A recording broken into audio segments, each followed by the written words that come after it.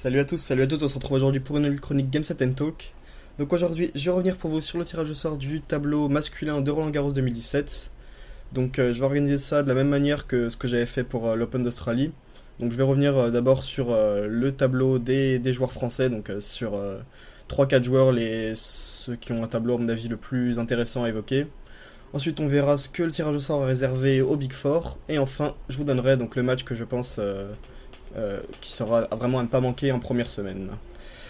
Donc on va commencer par les Français et par le premier, donc qu'on va être obligé d'évoquer assez vite parce qu'il risque pas de rester longtemps dans le tournoi, donc c'est Benoît Paire. Parce qu'il a hérité de Nadal, rien que ça au premier tour. Il risque pas de faire long feu à mon avis dans le tournoi quand on voit la forme respective des deux. Là Benoît il vient de sortir du premier tour à Lyon.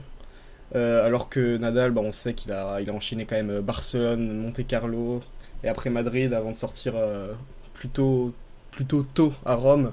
Donc je pense que ça pourra même lui être profitable, enfin bon ça on verra. Alors que voilà, on perd, on sait qu'il est capable du meilleur comme du pire, mais vu sa forme du moment et que on sait que c'est pas forcément le type de joueur qui va se transcender avec l'appui du public comme ça aurait pu être le cas pour un joueur comme Gaël. Ça me paraît vraiment très très compliqué. Alors on sait jamais, mais honnêtement, si on doit faire un pronostic tout à fait objectif, il y a clairement moyen qu'il se fasse vraiment vite expédié en 3-7 sec par Nadal. Donc voilà, je voulais l'évoquer en premier parce que voilà, comme j'ai dit, il risque pas de rester très longtemps. Donc on va passer justement à mon fils, comme je l'ai évoqué quelques secondes.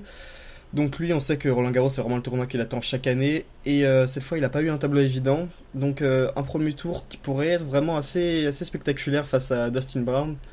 Donc Brown, sa surface, c'est pas forcément la terre battue, mais on sait qu'avec mon fils en face, ça peut donner un match, ça peut donner un grand n'importe quoi en fait.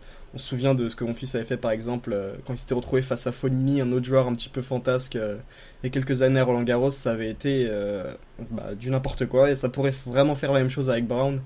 Donc ça sera à suivre ça. Mais normalement il devrait passer et derrière le reste du tableau est pas forcément plus évident avec Wawrinka ou Fognini en huitième et potentiellement derrière Tsonga ou Kyrgios s'il passe. Voilà, il n'a pas été protégé cette année, il n'a pas un tableau évident, il va falloir vite se mettre dedans. Mais on sait que lui, avec le public, avec la motivation qu'il a vraiment chaque année quand il aborde ce tournoi, il est capable de beaucoup de choses. Alors, est-ce qu'il passera les huitièmes, les quarts pour aller plus loin, ça j'en sais rien. Mais bon, ça va pas être facile, surtout quand on voit que cette saison, il a juste pas encore gagné un seul match sur Terre. Donc, s'il venait à faire un quart de finale Roland Garros sans avoir gagné un match sur Terre avant, ça serait un bel exploit. Donc voilà, faut pas non plus trop en attendre, mais on sait que il peut nous surprendre. Donc derrière, on va passer à Tsonga.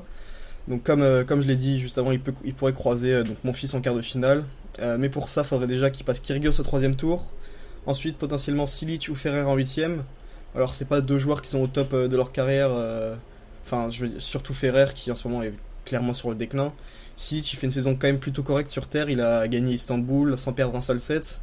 Derrière, à Rome et à Monte-Carlo, il fait quart de finale. Donc voilà, c'est correct. C'est pas spectaculaire, mais bon. Son gars, pareil, c'est un peu dans le même style que mon fils. Alors bon, pour le coup, lui,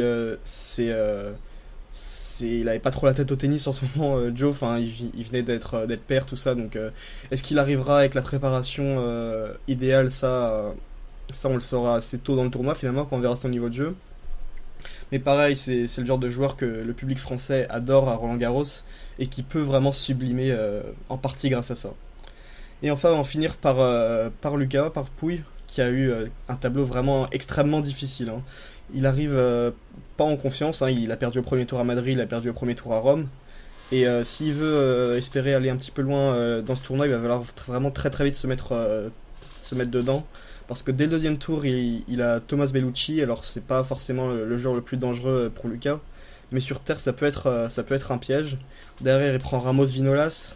Depuis qu'il a fait finale à Monte-Carlo, il est plus non plus tout à fait dedans, mais il a quand même fait finale à Monte-Carlo en battant, quand même Murray, si je me souviens pas. Je dis peut-être n'importe quoi là, ça sera vérifié. Et après ça, il prend Djoko, s'il passe. Et après, donc, imaginons qu'il bat Djoko, il prend Thiem ou alors Goffin, donc deux joueurs qui sont clairement en pleine forme en ce moment. Et après, alors il y sera certainement pas, ça serait potentiellement Rafa. Donc c'est vraiment un parcours du combattant là qui l'attend. Euh, c'est dommage parce que on sait que, enfin personnellement c'est un joueur que j'aime bien voir et je pense qu'à Roland Garros il aurait pu éventuellement faire quelque chose avec un tableau plus favorable, mais là clairement vu sa forme du moment et vu les joueurs qu'il va avoir à affronter, ça va vraiment être quasiment impossible de le voir. Enfin une deuxième semaine ça serait déjà quand même plutôt pas mal, hein.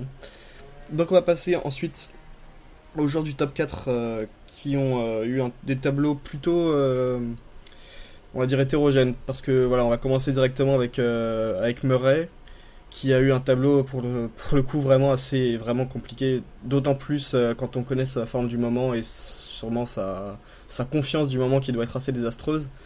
Il récupère Del Potro, fallait bien qu'il y en ait un gros joueur qui l'ait au troisième tour.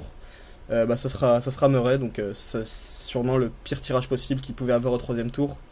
Euh, Quand on sait qu'en ce moment, vraiment, il joue clairement pas son meilleur tennis. Prendre Del Potro au troisième tour, c'est vraiment le piège dont il avait vraiment pas besoin. Premier tour déjà face à Kuznetsov qui peut en ce moment représenter un piège pour lui. Enfin, en fait, il aurait pu tirer n'importe quel joueur qui a un niveau plutôt correct sur terre en ce moment.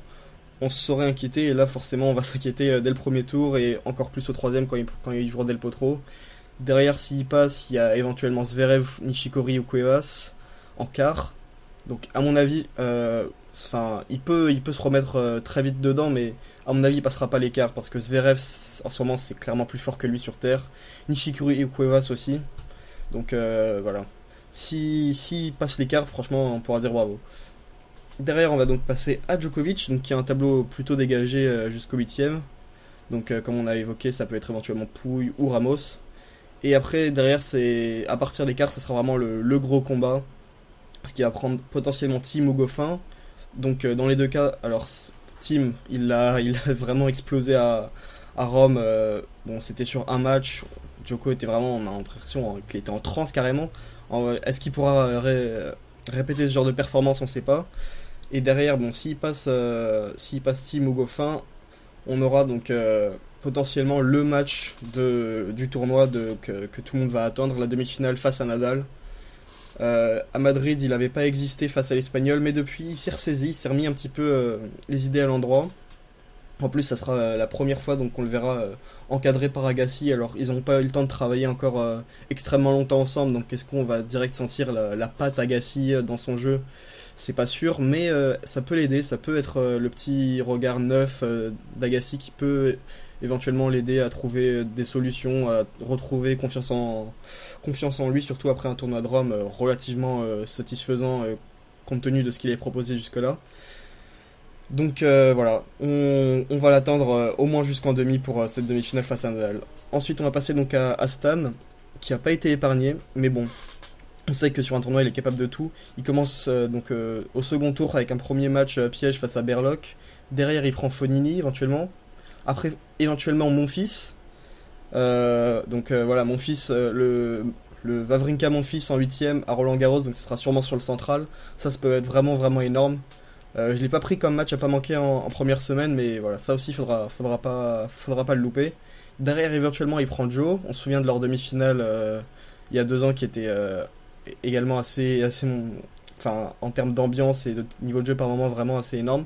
Après il prend Kyrgios, enfin c'est Joe ou Kyrgios plutôt je veux dire en quart. Donc voilà, il y a beaucoup de gros morceaux. Alors chacun de ces matchs potentiellement il peut le gagner s'il joue au niveau qu'on sait qu'il peut avoir sur terre ou sur n'importe quelle autre surface. Après ça va être dans l'enchaînement que ça peut être difficile s'il commence à enchaîner plusieurs 5-7. Est-ce qu'il va en être capable? Bon, c'est difficile de faire un pronostic sur son cas parce que c'est vraiment un joueur plutôt imprévisible et bon après on sait que Roland Garros bah, il est capable de tout sur terre même malgré des résultats plutôt décevants récemment. À mon avis c'est pas le genre de choses qui peut l'empêcher de faire un très beau tournoi. Et donc côté top 4 on finit donc par Nadal donc qui arrive en figure de grand favori à Roland.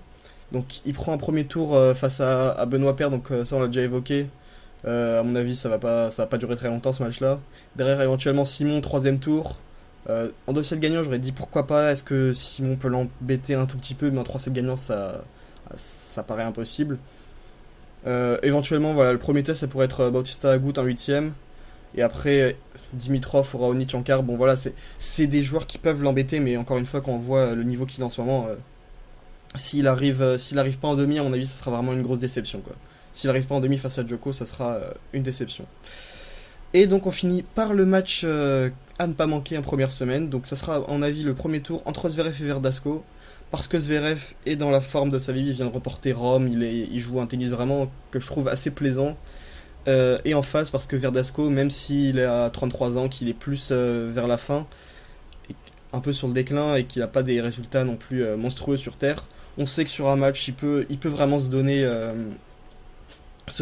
1000% et sortir si son coup droit répond, si son physique répond surtout, il peut vraiment accrocher Zverev. Alors ça, je dis pas que le match va durer 5-7 et 4 heures, ça se trouve Zverev va boucler l'affaire en 3-7, 1 heure et 2 heures de match, mais potentiellement s'il y a un match à suivre donc le dimanche ou le lundi, à mon avis ça sera celui-là, donc voilà. Gardez un œil dessus et on verra ce que ça donne. Donc voilà, je pense avoir fait le tour du tableau, donc n'hésitez pas à laisser un commentaire ou un pouce bleu si vous avez apprécié ou si vous avez quelque chose à rajouter, un match que vous jugez intéressant et que j'ai pas évoqué. On va se retrouver donc pendant Roland Garros vraiment très régulièrement pour faire des points sur l'évolution du tournoi, donc n'hésitez pas à nous suivre également sur Twitter, on essaiera d'être un maximum actif à ce niveau-là. Donc d'ici là, on se dit bon tennis à tous, salut!